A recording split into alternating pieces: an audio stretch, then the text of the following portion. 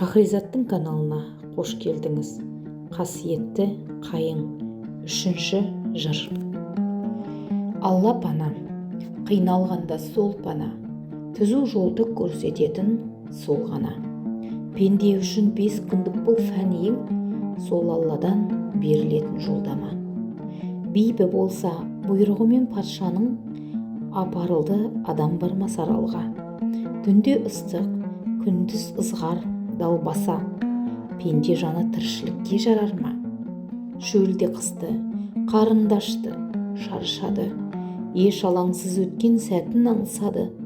Тілім табандарын да сойып, қорқыныштан зәре құты қашады. Күні бойына бері бір сандалған әйел кенет анадайда жатқан жартастың үстіне отырып дем алмақшы болды. Тасқа қолының ұшы сәл тиісімен тас опырылып кеткендей көмп етіп жер астындағы апанға тап болды. Табаны жерге тиісімен тарс-тұрс зәрені алатын дүлей дыбыстар естілді де көз алдынан 7 шырақ жарқытып қалды. Сол қараңғыдан әлде бір дауыс адам тілінде бұлай деп үн қатты. Қорықпа қалқам, жақсылықтан түңілме, әз Хизростың еліндесің бүгінде.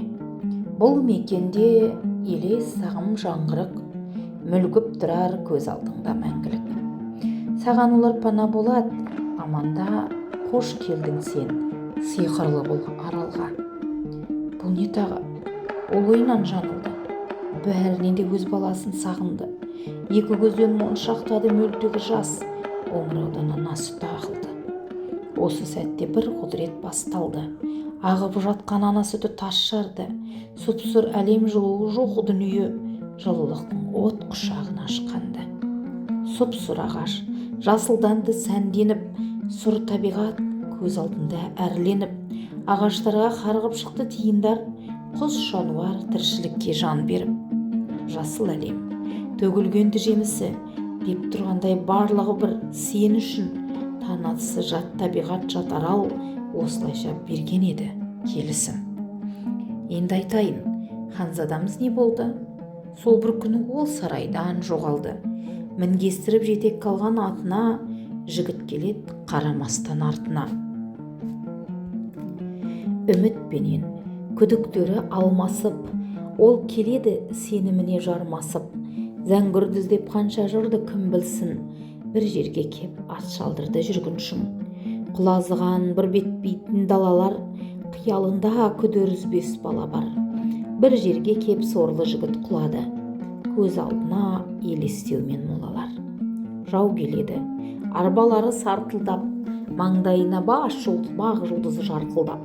Жара сыздап, темір торда еріксіз, патша келеді, ашу буын қалтылдап. Жарасынан қан сорғалап, көзі қарауытқан патша дәл маңдай тұстан жыжып соғып тұрған күн ыстығынан есінен танып қалады. Біраздан соң қасында отырған айыр қалпақты бейтаныс жігітті байқайды. Сөйтсе, ол да өзі сияқты тұтқын емші екен. Ол бұның сандырақтап жатып айтқан кей әңгімелеріне куә болғандығын айтады. Жақында жау әскері келіп, тағы бір жерге тоқтар. Сол кезде сізді бұл жерден қайткенде амалын тауып, қашып шығуға көмектесемін деп уәдесін береді. 4-ші жыр. Өмір жалған елес тәрізді. Адамзаттың болсан десен жан ізгі, ең бірінші қызғаныштан аулақ бол. Ізгілікке апаратын саңлақ жол. Мұхит болса ордасына оралған, ісіп кеуіп қабақ қатып қабарған. Өзі қожа, өзі құдай, өзі бей, бұрынғыша қорқу, үрку жоғалған. Күнде думан, арақ шарап бітпес той, шекірткеше қарекетсіз сүрме қой. Әнші, биші үйірсөк боп қасына, сайран салған бақыт құсы басында. Ел жағына көңілінде бөлмеді, оларды ойлап қиналғысы келмеді. Бар болғаннан салықталып көбейтті, бермегенді соққы қалып сілейтті. Ел қорғансыз, кетті күйі құрдымға, келешегі айналды әбден бұлдырға. осыдан соң мынау шаһар аталды. Қара шәрі халқы сорлы бұқтырма. Уәзірлер не бітірсін тындырма. Олар кешкен тірлік зырғып жылдымға, келсе дағы келмесе де мадақтап, ханның жайын салып кетті ырбыңға. Мұхит сонда бек баласын іздетті. Күн соңынан сынаптайын күнді өтті. Үшті күйлі таппаған соң ол кейін өз-өзіне күдеріңді іздепті. Жігіт бір кез көзін ашып оянды. Жарық сәуле бір қорқыныш бойды алды. Ажал құшып кеткен екен деп іштей таяу жақтан ақсақалды таянды. Жөніңді айт, қайда бара жатырсың? Деді жігіт, ата-анамды шақырсын. Олар өлген, Арман еді бір көру, өмірдегі солар еді ақылшым. Тағдыр маған ұзақ ғұмыр жазбапты, ханзаданы жеткізуді жазса ғой. Қазір шіркін зәңгірді іздеп табар ем, тым болмаса бақыттырақ болар ем. Оның манайын қоршап тұрған тобыр жігіттің ақ сақалдыны жан алғыш Дебірейіл деп ойлаған сөзіне тау тасты бір жаңғыртып тұрып күліп алды.